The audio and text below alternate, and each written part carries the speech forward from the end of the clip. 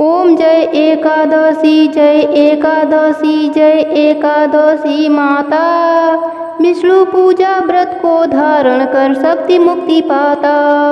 तेरे नाम गिनाऊं देवी भक्ति प्रदान करनी। गण गौरव की देनी माता शास्त्रों में वर्णी।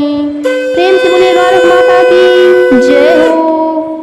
एकादशी माता की कथा को जो भी भक्त सुनते हैं, एकादशी माता उनके घर को धन संपत्ति से भरपूर कर देती हैं। एकादशी के दिन भगवान विष्णु के शरीर से ही माता प्रकट हुई थीं। इसी वजह से भगवान विष्णु ने एकादश माता को यह वरदान दिया था कि जो भी मनुष्य एकादशी के दिन तुम्हारा व्रत करेंगे, उन्हें मैं प्रसन्न होकर मनोवांछित वर प्रदान करूंगा।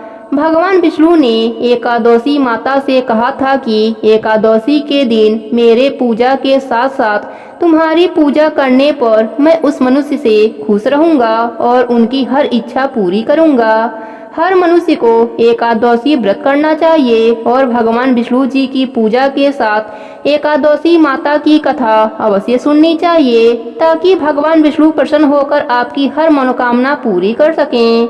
प्रेम से बोलिए एकादश माता की जय हो। पौराणिक कथा के अनुसार एक समय की बात है, एक नगर में एक राजा राज्य करता था। वह बहुत ही धार्मिक प्रवृत्ति का था। उस राजा को समय आने पर 2 कन्याओं का जन्म हुआ।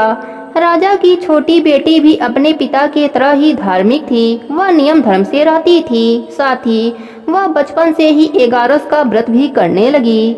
एकादश माता की कृपा से राजा की छोटी बेटी लोकप्रिय हो गई। उसकी हर तरफ प्रशंसा होती रहती थी। यह सब देखकर राजा की बड़ी बेटी को बड़ा ही ईर्ष्या होता था।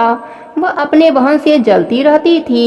एक बार की बात है, पड़ोसी राजा का बेटा बड़ी बेटी को देखने आया, लेकिन उसे बड़ी बेटी की जगह छोटी बेटी पसंद आ गई। अब तो बड़ी बहन अपने छोटी बहन से और भी अधिक जलने लगी। वह छोटी बहन को मारने के नए नए तरीके अपनाती है। एक बार खाना में जहर मिलाकर उसे खिलाने की कोशिश करती है। एक बार मटके में जहरीला सांप रखकर छोटी बहन के कमरे में रख देती है। एक बार छोटी बेटी को पनघट पर पानी भरने के लिए ले जाती है और धोखे से नदी में धक्का दे देती है। हर बार एकादश माता उसे बचा लेती हैं, क्योंकि वह एकादश माता की व्रत किया करती थी। बड़ी बहन बहुत परेशान हो गई कि यह तो किसी भी तरह नहीं मरती। एक दिन बड़ी बहन छोटी बहन से बोली, मेरी प्यारी बहन, भगवान ने हम सबकी मृत्यु किसी न किसी तरह लिखी है। क्या तुम्हें पता है तुम्हारी मृत्यु कैसे होगी? बहन बड़ी ही सीधी साधी थी। वह बोली, मेरी मृत्यु मेरे पालतू तोते के गले में जो हार है उसी में अटकी हुई है। यदि कोई मेरे तोते को मारकर वह हार पहन ले तो मैं मूर्छित हो जाऊंगी, और फिर उस हार को उतारकर कोई रख दे तो मैं जीवित हो जाऊंगी। उस रात छोटी बहन अपने पिता के पास गई और बोली, पिताजी, मुझे शक है, यदि मैं मर जाऊं तो आप मुझे जलाना मत। आप मुझे हमारे पुराने महल के कुएं के पास झोपड़ी बनवाकर खाट पर सुला देना। राजा बोले, बेटी, तुम ऐसा क्यों बोल रही हो? 2-3 दिन बाद तो तुम्हारी शादी है। तब छोटी बेटी बोली, पिताजी, समय का कोई भरोसा नहीं।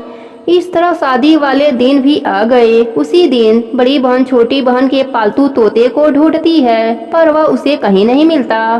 तभी दरवाजे पर बारात आ जाती है। वरमाला का कार्यक्रम संपन्न हो जाता है। फेरों की रस्म शुरू हो जाती है। उधर बड़ी बहन तोते को ढूंढ लेती है और वह उस तोते को मार देती है। वहीं छोटी बहन 3 फेरे राजकुमार के साथ पूरे कर लेती है। तभी छोटी बहन मूर्छित होकर गिर जाती है। उधर बड़ी बहन तोते के हार को खुद पहन लेती है। इधर सभी घबरा जाते हैं। सभी बारातियों में हलचल मच जाती है कि राजकुमारी को क्या हुआ।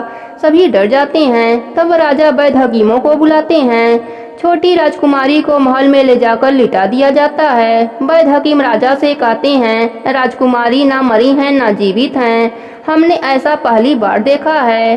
तब राजा उनसे कहते हैं, वहां जाकर बोलना कि राजकुमारी बेहोश हैं, अभी थोड़ी देर में ठीक हो जाएंगी।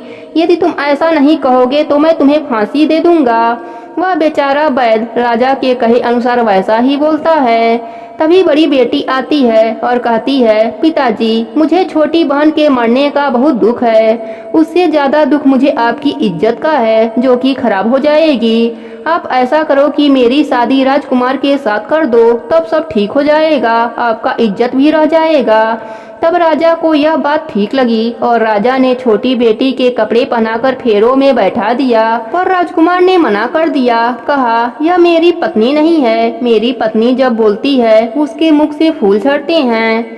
लेकिन सबने समझा बुझाकर उससे 4 फेरे और लगवा दिए। बड़ी राजकुमारी ससुराल आ गई तो राजकुमार ना तो उनसे बात करते, ना उनके हाथ से पानी पीते, ना ही उनके हाथ का बनाया हुआ खाना खाते। राजकुमार ने मन ही मन सोचा, मैं पता लगाकर रहूंगा कि मेरी पत्नी के साथ क्या हुआ।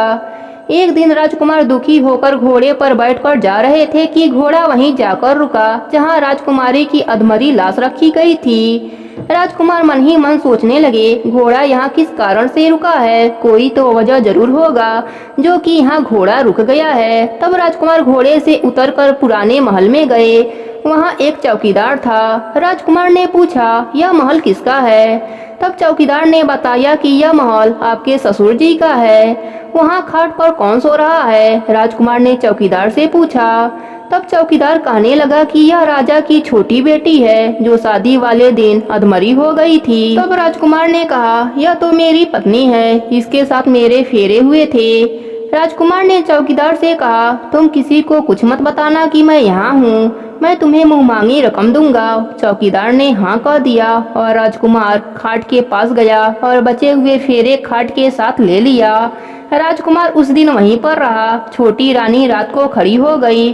उसने अपने पास अपने पति को देखा तो उसने बहुत रोया। राजकुमार ने पूछा, बड़ी अजीब बात है, तुम शादी वाले दिन मूर्छित क्यों हो गई थी? तुम्हारे पिताजी ने मेरी शादी तुम्हारी बड़ी बहन के साथ करा दिया, पर मैंने उसे स्वीकार ही नहीं किया है। तुम मुझे पूरी बात बताओ, तुम दिन भर मूर्छित क्यों रहती हो? इस टाइम उठ कैसे गई, इसका भी राज बताओ। तब राजकुमारी ने अपने पति को तोते और हार वाली सारी बात बताई और यह भी बताया कि यह बात मैंने अपने बड़ी बहन को बताई थी। एक दिन उसने मुझसे मेरे मृत्यु का उपाय पूछा, तब मैंने उसे पूरी बात बताई थी। मेरी बड़ी बहन मुझसे बहुत ईर्ष्या करती है। उसने कई बार मुझे मारने की कोशिश की, पर 11 माता की कृपा से मैं हर बार बच गई। यह सब मेरी बड़ी बहन ने किया है। तोते के गले में जो हार था वह मेरी बहन दिन में पहन लेती है और रात को उतार देती है, इसलिए मैं दिन में मूर्छित रहती हूँ और रात को जीवित हो जाती हूँ। यदि वह हार मुझे वापस मिल जाए तो मैं हमेशा के लिए जीवित हो जाऊंगी। इतना सुनकर सुबह होते ही राजकुमार गुस्से से अपने महल गया और बड़ी बहन के गले से हार निकाल कर लाया और अपने पत्नी को पहना दिया। उसकी पत्नी जीवित हो गई। फिर उसे लेकर महल गया और उसकी बड़ी बहन को महल से निकल जाने के लिए कहने लगा।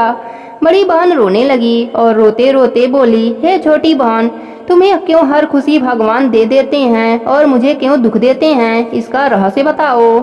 तब छोटी बेटी बोली, तुम्हारे मन में लालच रहता है, इस कारण तुम्हें दुख मिलता है और मैं सबका कल्याण चाहती हूँ, साथ ही 11 का व्रत भी करती हूँ, इसलिए काल भी मेरा कुछ नहीं बिगाड़ सकता। यह सब 11 माता की महिमा है। जो मेरे साथ तुमने कई अनहोनी किया पर हुआ नहीं, हर बार 11 माता ने मेरी रक्षा करी।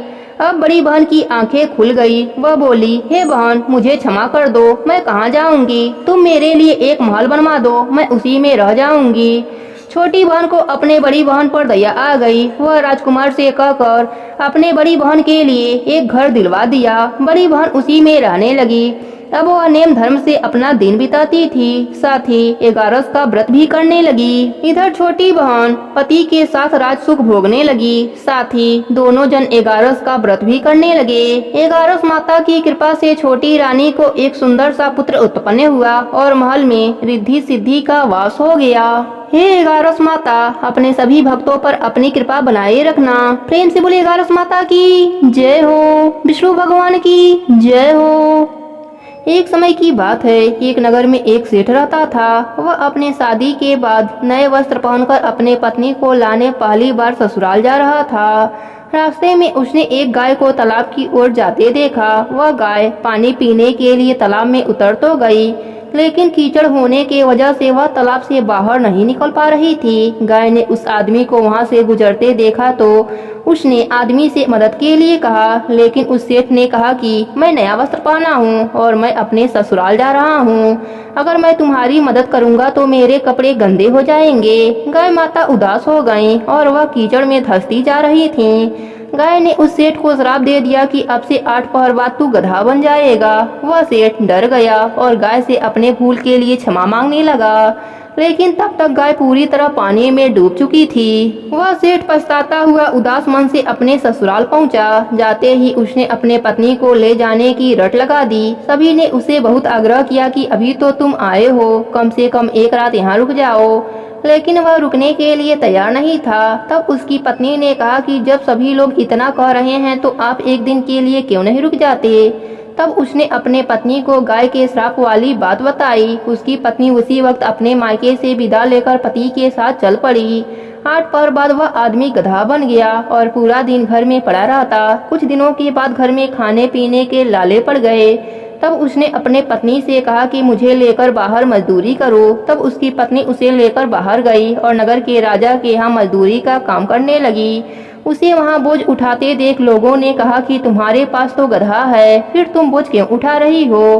परंतु उसने कोई उत्तर नहीं दिया और अपना काम करती रही। दूर से यह सब राजा भी देख रहा था। उसने भी उसे यही कहा कि तुम्हारे पास गधा है, फिर तुम यह बोझ क्यों उठा रही हो। तब उसने राजा से कहा कि यह गधा नहीं है, यह मेरे पति हैं। उसने गाय की श्राप वाली पूरी बात राजा को बताई। राजा ने अपने नगर में विद्वानों और पंडितों को बुलाकर इसका उपाय पूछा। तब एक विद्वान ने बताया कि जिस किसी ने 101 एगारस का व्रत किया हो वह अपने पुण्य का फल इसे दे दे तो यह अपने असली रूप में आ सकता है। यहाँ हम आपको एगारस का अर्थ स्पष्ट कर देते हैं। 11 एकादशी व्रत रखने पर 1 एगारस पूरा होता है और 22 एकादशी का व्रत रखने पर 2 एगारस पूरा होता है। ऐसे ही जिसने 101 बार 11 एकादशी के व्रत किए हों उसके पुण्य के फल से वह आदमी अपने असली रूप में आ जाएगा।